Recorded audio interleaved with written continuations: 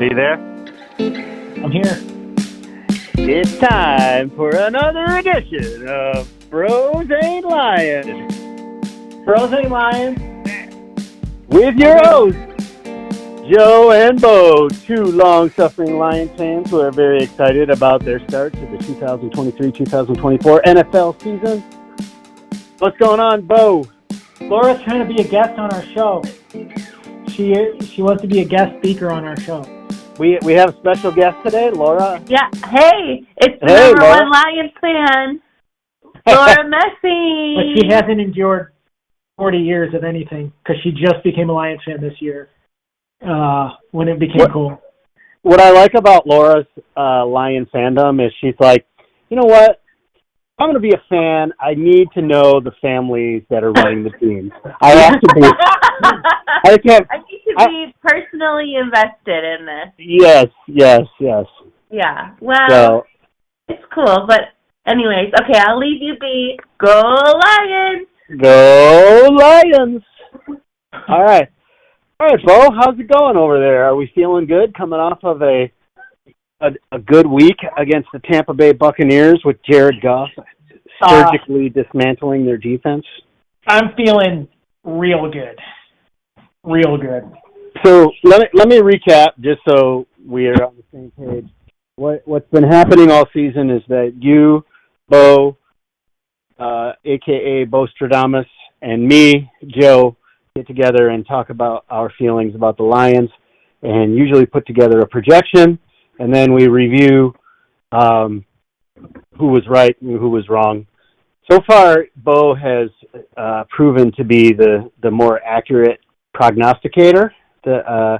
Last week, he projected that the Lions would beat the Bucs 33-30, and I felt that the Lions would beat the Bucs 28-17. Now, it was a much closer game, so I don't know which one of us gets the W on this, because as we know the actual score.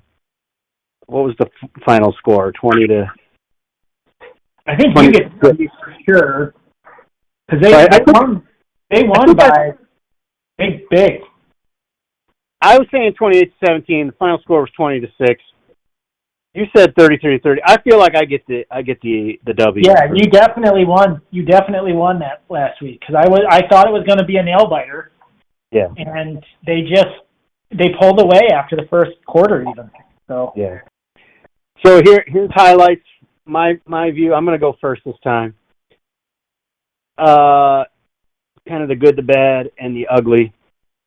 The good is that the Lions continue to build on their culture of being a team that is tough to beat.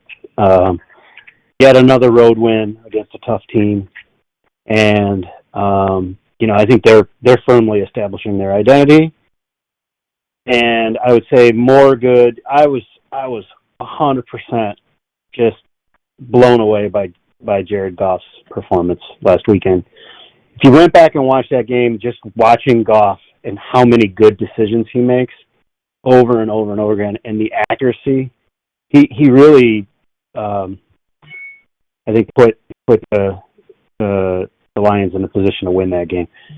The bad is, I would say, the running back situation with David Montgomery getting a rib injury, and now Craig Reynolds has a hamstring injury. I don't really have an ugly, I think we're all riding pretty high. So that's my analysis going into this week. What do you have to say about it, about the game last week? My analysis is that the defender that Craig Reynolds blocked is just now coming back from orbit. He was launched at least 7 yards and ping-ponged into the next guy, and I've never seen something so epic in my entire life. Right. Loved it. It meant that St. Brown was just searching for an answer, and Craig Reynolds saw it. And that meant that Craig Reynolds never gave up on that play and was chasing down a block to potentially be laid the entire play, even when he was 10 yards back. And the amount of commitment to the play that indicated was so sweet. I thought the JMO I thought the JMO catch was a good first step for him. And, I've been watching clips and stuff and having people reinforce what I already think, and which is a little dangerous. But a lot of people online, like national broadcasters, so like Michael Irving, is talking about how good of a catch that was because he had this intuition for where the ball was going to fall despite not being able to see it. So he corrected his route based off of the trajectory that he saw it coming out of Goff's hand. And that's a really good sign. I think overall, Jameson Williams, the narrative is shifting. For whatever reason, for months, it's been about how he was a bad seed and he couldn't run routes and he was lazy. And meanwhile, to the side, Jameson Williams has been catching 100 balls out of the jugs machine next to St. Brown and is so fast that when he cuts back, the defender keeps running for another 7 yards. Mm-hmm. And I think that you got Laporta coming back. I think Brian Branch announced today. Brian Branch is playing. Brian Branch coming back. The beautiful thing about this team is they are so loaded that you don't need every weapon to win. You just need a weapon at every level. And now Jameson adds another level. So if Jameson is sprinting that way and a cornerback loses 7 yards, he's going to have to call for help and pull someone up to help cover him once he demands that respect, which opens up Gibbs in the slot. And Gibbs looks good, but Gibbs is going to look really good when he gets a little space on those types of little slot passes. Like, I feel like the national media is all of a sudden talking about this team as the top team in the NFC. I think that's a little bit much, but I don't think they're that far off from that if they can keep getting better and better every game. They have the right pieces. And I'm super excited. I'm done, even against the Ravens, I'm done going light on my predictions. This team is going to continue to exceed expectations. I am hyped. Right. I am hyped. So your prediction for this week, go ahead. We'll take your prediction right now. Go ahead. I'm going to go 28-10.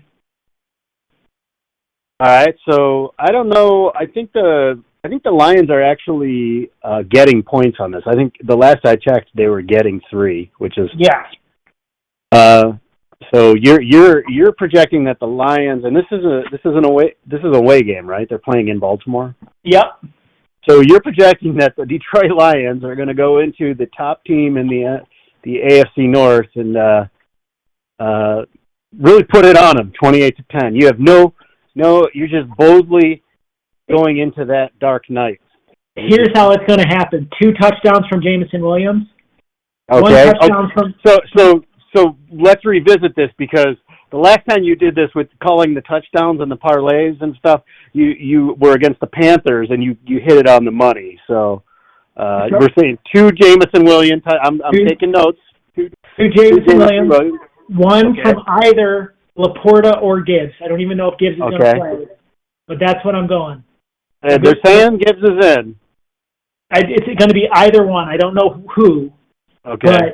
Because what's going to happen is they're going to come in with a JMO heavy plan, because this is their top contender, their hardest game of the year, and they know they have to come hard with something new. So the coordinator is going to get creative, and because Jameson proved that he can step up, so they're going to go, and because they don't have the running backs anyway, so they're going to go hard at Jameson early to make them respect Jameson. Then they're going to start going underneath to Laporta and to Gibbs.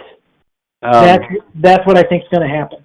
All right, so to summarize, Bo is projecting 28-10, the Lions, 2 Jameson Williams touchdowns, and 1 Laporta or Gibbs touchdown.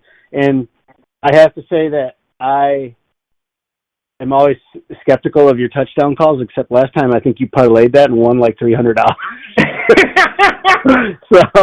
So maybe if you do that again, if that happens again, Bo, I'm gonna just literally take any projections you will truly be Bostradamus. I will also say that I was tampering my overconfidence before, and now I've just decided to let it fly. Yeah. After this Tampa Bay game, I have just my opinion's just been reinforced at me from like national talking heads. Like you got Michael Irving saying this is the next 1990 Cowboys. I like that because you were born in 1986, and you weren't there to watch the Dallas Cowboys in the mid '90s, you think his name is Michael Irving. But anyway, all right. So Michael Irving is aligned with your optimism and enthusiasm. Finally, we got Michael Irving on board. But anyways, all right. So here's what I think. I think because I'm clearly older and wiser, and I've just suffered more as a Lions fan than you. Although maybe it's just our temperament. You've always been more optimistic than me. I tend to have what I call PTLD, post-traumatic Lions disorder, which means every week, no matter what happens, no matter how good they look, my assumption is we're just eventually the trapdoor is going to open and we're going to fall through and end up in a big vat of blue Kool-Aid that smells really bad, and it's going to be same old Lions. But I have some comments about this week. I think the Lions defense has looked really impressive. I've really been impressed. But you have made the comment that they struggle against mobile quarterbacks, and I think Lamar Jackson would qualify as a mobile quarterback. So that's going to be an interesting thing to see. I think maintaining containment. Hutchinson's being, second year, he still struggles sometimes. He gets upfield so fast that sometimes mobile quarterbacks exploit that. Will be interesting. But my PTLD, my post-traumatic Lions disorder, really has me feeling like my Lions failure sensors are pinging on this one. This is, I think, I feel like I say this every week, but Lions really have something to prove if they win this game. It could be an absolute turning point, not just because the schedule gets a little lighter after this, but because this is that moment where they're playing yet another solid, sound opponent away from home where they're expected to win. And good franchises that are competitive to win championships meet that challenge. And if the Lions meet that challenge to go 6-1, we're going to be looking the rest of the year going, oh man, like they have everything in front of them. They can really, really put the pedal down now and establish themselves as the top one or two team in the whole league, not just the NFC. So this week is going to be really, really big challenge for them. I'm excited to watch it and see what they do. I think my projection is that it's going to be a much tighter game than you're saying for an 18-point spread. I think it's likely it's going to be a high-scoring affair just because I don't truly know if the Lions are going to be able to do that ground. If the Lions get a lead here, they're not going to be able to do that ground and pound thing that they've done versus the Chiefs or the Packers, that's a good point. Where they get to the fourth quarter and they're just kind of getting first downs. Although I will say that Goff did that against the Bucs. That's basically the role he played. Right. He kept the chains moving, and they just burned up the clock in the fourth quarter. Yeah. So I think it's going to be a higher scoring affair because I think there's going to be more, basically possessions on both sides of the ball. So I will say the Lions are going to pull this one out. I'm going to say they're going to win it. Very tight affair. We're going to be knuckle biting and really, really, holding our breath the entire time. I'm going to say Lions 35, Ravens 31. So the Lions are going to pull it out with a 4-point victory against the Baltimore Ravens, and then we're going to come away from that game. I have never felt this good after a single sporting event in my life, ever. And I watched Michigan win a national championship or a co-national championship. I watched the Pistons. I watched the Red Wings. I watched the Cubs in 2016. I've never felt as good after a single game in my life as I felt after the Lions beat the Chiefs on Thursday night to open the season. So I am hoping to recapture the spirit of that evening, that wonderful, glorious Thursday night when they beat the Chiefs, and all of us felt like we were on to something special here. So I think we'll feel like that if they come away with the win this weekend. I think we'll have a whole different view of this franchise, and Dan Campbell and Brad Holmes and Sheila and the Fords.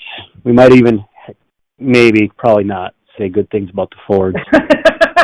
Sheila's making us say good things about the Fords. They're making a Chrysler family say good things about the Fords. That's what Sheila's doing. Sheila's not really a Ford. She's a Camp, so, Oh, that's fair. You can't really give the Fords credit when a Ford's not even really. I mean, I know she's by marriage, but or whatever. I've met a Ford, and they were very pleasant. So no bad things about the Fords. From me. The Fords should consider making a Halloween commercial with a werewolf. Would sell millions of trucks, I'll tell you that. Anyways, well, this has been another edition of Joe and Bo and Bros Ain't Lying. Bros Ain't Lying. Your prediction is definitely a lot more realistic. I'll give you that. Because they're saying Craig Reynolds might not even be playing.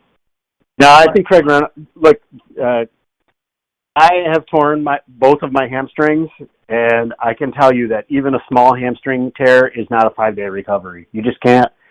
It's not wired like that. Like you can't really do that. Did he tear his hamstring? Is that what he did? That's what they're saying.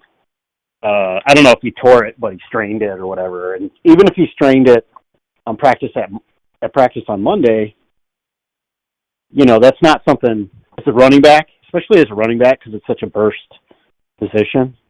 We're running backs, wide receivers. Those are the people that tend to tear them anyways. But so they signed Mo Ibrahim this week back on the practice. Okay.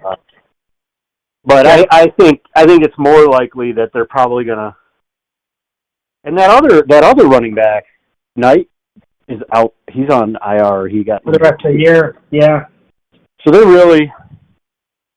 It's interesting because, I don't know that you could have prepared for, all these injuries to the running backs, but it's an interesting thing where you get rid of Jamal Williams, who was, he's injured too for the Saints, so I don't think it's really fair to compare. Yeah. But still, it's like those guys Jamal Williams was pretty healthy last year, and Swift was always, so now Jamal Williams isn't here, and Swift goes to the Eagles, and he's been pretty healthy, although that can change in a minute. The things they talk about here is how they hit in practice, and they hit hard, and a lot of teams don't even do that, I guess, which I didn't know. I would have thought they hit in practice. And I think that does lead to more injuries, but it also leads to, the Craig Reynolds block. You know what I'm saying? It leads to that level of intensity that they all carry with them. I think it also leads to one thing that I've really appreciated is the Lions don't get bad penalties. That doesn't mean they don't have penalties, but, we watched the Lions for all those years, and it's like they had a real knack for getting a bad penalty at just the right time, And this team has been able to avoid that, and I think that intense practices really help with that, right? Because there's not such a big change from what you're doing in practice to what's the speed of the games when you do that. So, well, I'll say, what I absolutely can't stand for is the Ravens winning this game, because I will have to take shit from Mike Pitts for, I don't even know, until the next time they play, which could be years from now. And I can't have that. I can't have that. So they got to win. They got to win. Yeah. In the interest of family ties and keeping things polite, I will say that it is very important that the Ravens go down. We love Mike. He's been a wonderful addition to our family. but he is not the most pleasant individual when he has the upper hand on you competitively. He's not, dare I say, he's even slightly obnoxious when he's in that position. He will remind me on a regular basis if the Ravens win this Fortunately game. for us, he doesn't win very much when we're competing. So, fortunately for us, we have that. So we know a nice Mike who's very amiable, always willing to lift something heavy. If you need a guy around to help, always very willing to, help you cook a meal, or wonderful addition to the family. So it's been fortunate for us that he rarely wins. Although this year in I will say football, he's beaten me at quite a few things, but that's okay too. I did have to hear it. I still do have to hear about it on a regular basis. Oh, he wins occasionally, but not enough that makes up the lion's share of his personality and interactions with us. So yes. Well, I have a parlay bet that I need to go place. I know that. You reminded me of that. But what is the parlay? Let's hear it. I guess I got to know if Gibbs is going to play. I'm going to go JMO for 2 for sure. Okay. I mean, this is aggressive. JMO's played like 20 snaps ever, and your odds on JMO getting not 1 but 2 touchdowns is probably like 10-1. You just don't have that clarity that Nostradamus has. He can see it all right in front of him. And the second piece of it, I'm a little unsure of, so I might just go with JMO for 2 because that'll be at least 10-1 odds. Okay, and the Lions win. JMO for 2. And the Lions win. That's a good one. Yeah. I think I'll do that. That's you're probably looking at 12-1 or 13-1 on that alone. So good luck. I hope you hit it. You put $10 on that, you're looking at $130. So let's do it. Yeah. Well, it'll be exciting. On a side note, a very, very important development is that a good friend, Mark St. John, came over last Sunday, and we watched the Lions and the Bucks together. And that was great. But he was willing to help me set up a VPN so that I can watch the Lions at home every week now. That's a big deal. That's a big deal. That's a good best friend right there. That's a good best friend. So, all right. This has been another edition of Bros Ain't Lying, and I'm your host, Joe, with my co-host, Bo. Go Lions! Go Lions!